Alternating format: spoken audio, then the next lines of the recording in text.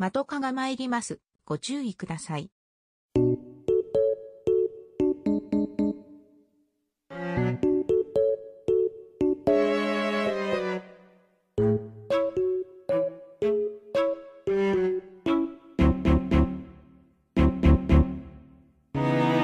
Funny because I reckon one of the few industries where Japanese can be super important is anime and manga, right? Yeah, exactly. I mean, you maxed out your luck there. Yeah, exactly. So like either way, like, I would also like a career in anime.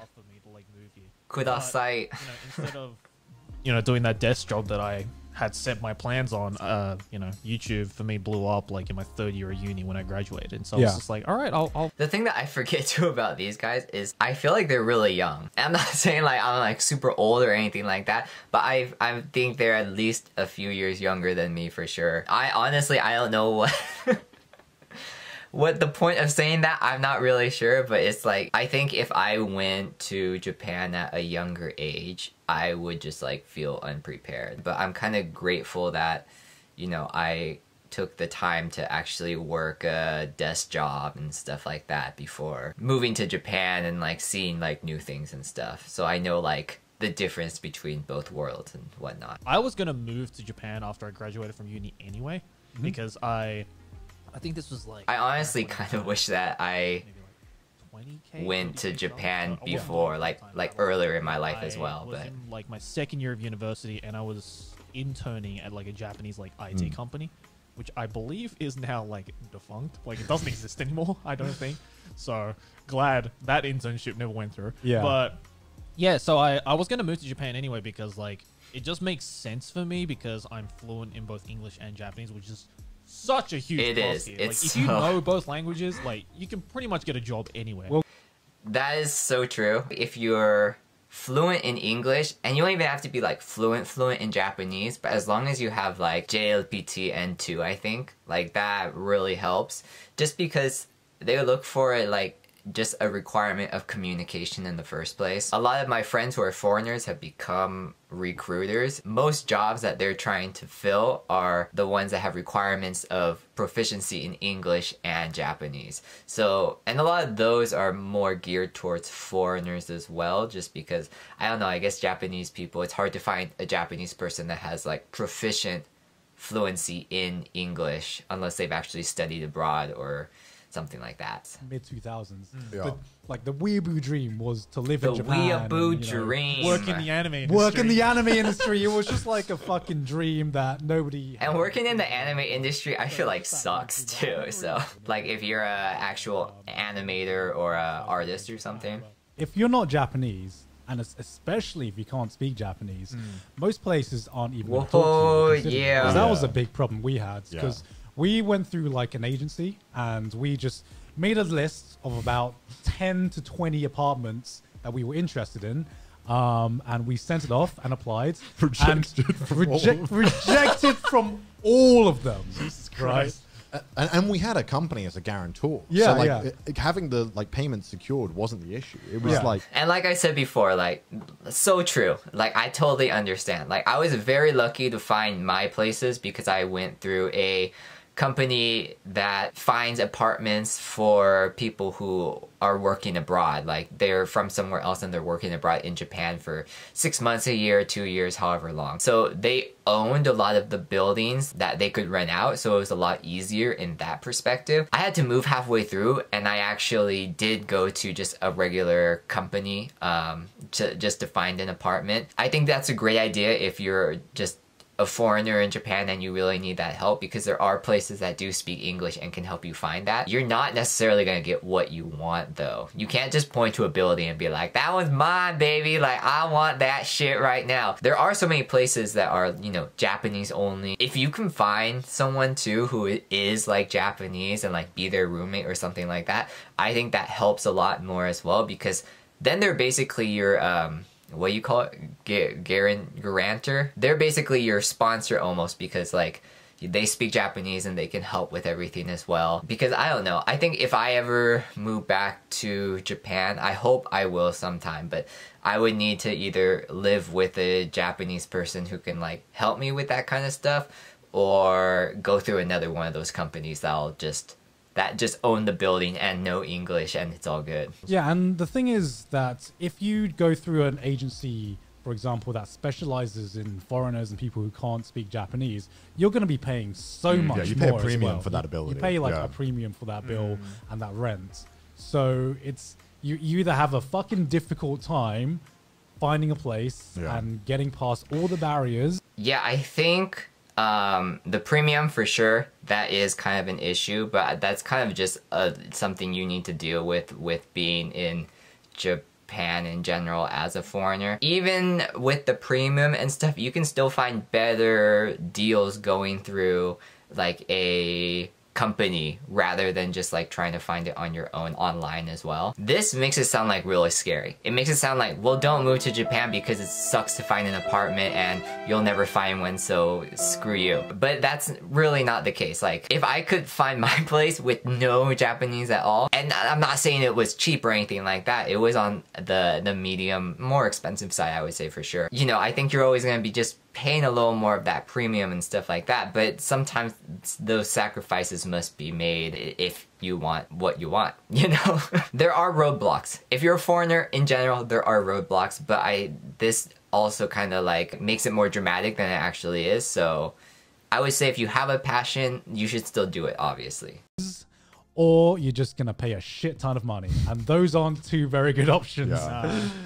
The only concern that they often cite, like building managers, etc., that I find is like somewhat, all right, that's fair enough, is that they're worried that you'll run away. Yeah. But run away and not pay the rent. But if you have a guarantor, that's the whole fucking point of that problem, which we did. You can't run away. Yeah, if we run away, you're still getting your money. Like, Yeah. and the house is vacant. Great, no damage to it. Like, this is a win-win for the company. I don't understand. Like, you play by their rules in every way. It's because it's just like typical, like, this is like one aspect of like Japanese, I guess, definitely like, one of the work worst, yeah. culture that I learned very quickly. It's that like, it doesn't matter what the business is. If they're not 100 million% sure that this is going to go through, Yeah. it might as well be No 0%. risk. Yeah, they don't do risk. There's no Yeah, risk there's no risk. in any business venture, whether that be paying for rent or like anything. It's so true too, just because, you know, if you work for Japanese companies too, they're so meticulous on making their plans and all that kind of stuff. They want it to be like as close to 0% risk as possible for whatever it is. While that looks great on paper, I don't know if that's necessarily the best way to go about things, because you need to take risks in order to gain profits and stuff like that. I think that's kind of also what detoured me away from working for a Japanese company as well, just because I don't want to jump through those loopholes or anything like that. Like, I kind of just want to do it. Going back to paying rent, there's this thing called a key fee. What Oh, was gee, it? Like, this is the technical most term? obnoxious. It's like it's key money, right? Key It's money. like- Key money. They have a lot of fees in general for getting an apartment, especially if it's just like a vacant apartment too and you're not really going through a company. But they'll have a key fee, so you have to pay for the key, and if you want multiple keys, it might usually cost more. I don't think you're able to duplicate that key either. Then you have guarantor fees as well, I think. You're usually just supposed to have a guarantor in general, but sometimes they have guarantor fees, so you pay a fee instead of having a guarantor, and that's just so if you like legit ditch and don't pay anything, like the guarantor is supposed to sponsor you or whatnot. It's making it sound like it's just not worth it to move to Japan. I mean, you can explain it if you want. Go ahead. But it's Okay, the most what obnoxious can thing I on earth. what can I explain? It's 2 months of rent. Sometimes can be one. So the amount is about 2 months of rent that you pay to the rent owner to say thank you for renting me your place For free. Like For free. you don't get it back. Yeah. This money is literally not a nothing. deposit. You just pay 2 months of rent. Just Which you also have to pay a deposit. yeah, And then on top of the deposit that you have to pay, just It's to live. basically a dick sucking fee. Like, that's what it is. It's like, thank you so much for letting me stay in your apartment. That's what it is. And then it doesn't end there, because you then have to pay the rental, the agency that got you the house. You have to pay a month's rent to them as a Yeah. fee, Yeah. which is just stupid, because I think in every other country, they take their split from the person renting the house. Right. Like, not from you, because renting a house shouldn't be, you shouldn't have to pay like 6 to 8 months up front. That's ridiculous. Yeah. Upfront fees are no joke. And I think that's why a lot of people choose like share houses and places like that to stay rather than actual apartments and like finding your own place. But it almost feels like it's just easier to straight up buy your own apartment or like buy your own house, right? Like if you're planning on staying in Japan for like a really long time, it feels like it's almost easier to just purchase the place outright rather than to rent. I know that's hard in like Tokyo and stuff like that, but even if you look at like the prices for apartments and houses and stuff, like if you're comparing it to like other big cities around, like if you're comparing it to San Francisco for sure, like it's pretty cheap. I mean, it's still a hunk of money, so you gotta be like a little okanemochi, but you know. I genuinely don't know, like, how there are some foreigners here who can't even speak English.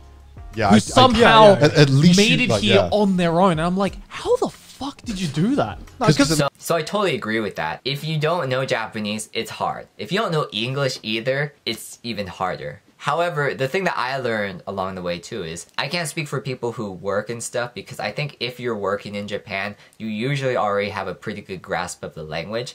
But if you're going to a language school, there are a lot of language schools that are specific to certain places. So for example, my language school, it was a charter school for an Italian university. A lot of the support that came with it was in Italian, and a lot of the students were Italian as well. I feel like even if they didn't necessarily have a super great grasp of English, they could still get things done just because they had that support in another language. And not that they were going through every step, but as long as you have that guidance, I think it's good too. I know there's a lot of Chinese people that go to Japan to learn Japanese and eventually work there, and a lot of the schools that they enroll to are more specific to like Chinese people too, so a lot of the support that they get and a lot of the teachers are Chinese, and so they can, you know, ask questions and stuff like that, like even without a grasp of English. I think for other places, like it might be a little harder if you're from like a smaller country or anything like that, then it might be hard to find a school or a support system in your native language. But I think the point is to just like reach out and like do what you feel most comfortable with, and just reaching out to people who maybe are from your country and do have Japanese language experience, because someone must. Like there has to be, I feel like. So just don't get discouraged. At least they have a lot of English words, right? And a lot of like, English options Yeah. sometimes. But if you can't speak English, fuck, I don't know what. I don't know how I don't they know. do Like it. English is hard enough as it is. Yeah. You know, if you can't speak Japanese, then I think you're pretty much fucked. Or You're if you can't- not. You're not. Like if you don't speak English or Japanese, you can still do it. I'm sure. It just takes a little more effort.